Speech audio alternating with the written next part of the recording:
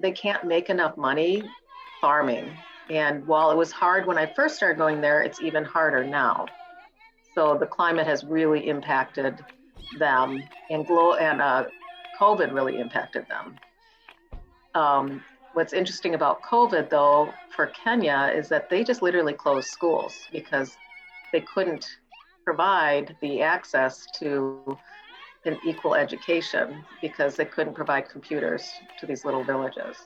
So they didn't have schools, which means they didn't have school fees, which means that they didn't need to the money as badly as they do now, because now schools are back open and they really need the money again. So buying from them now has actually been really good. We primarily narrowed it down to the women who are part of adult literacy groups.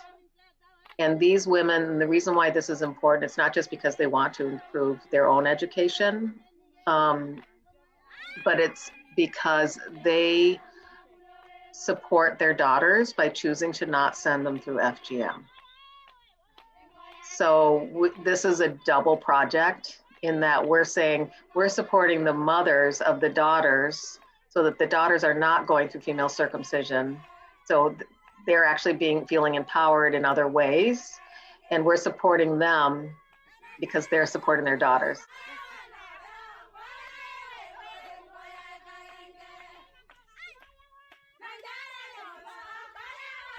Let's empower the mothers who are then going to empower their daughters and then going to show that example to the community members and then also to their sons and their husbands, that women have this strength and women can carry on. It is a tradition that has been passed down from generation to generation, although the most recent generation of girls, daughters, don't have that skill anymore. Because education is more important, and they're kind of dismissive, kind of poo-pooing these old traditions of making.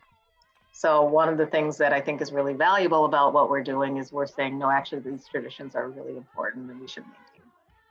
To this position of being artisans is our goal. My goal was always to be able to provide them with that opportunity to give them a skill set that is so revered and so recognized within their community that not only can they be really proud of that, but their daughters can also be proud of that. And also for their daughters to know that if for whatever reason they don't do well in school, which happens quite often, there are other things that they can do.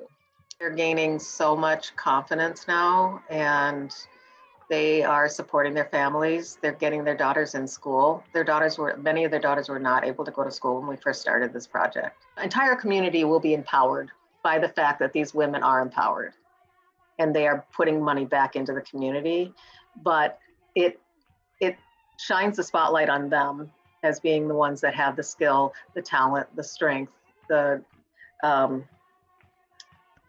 giving back to the community. So the community itself is doing better because of this project.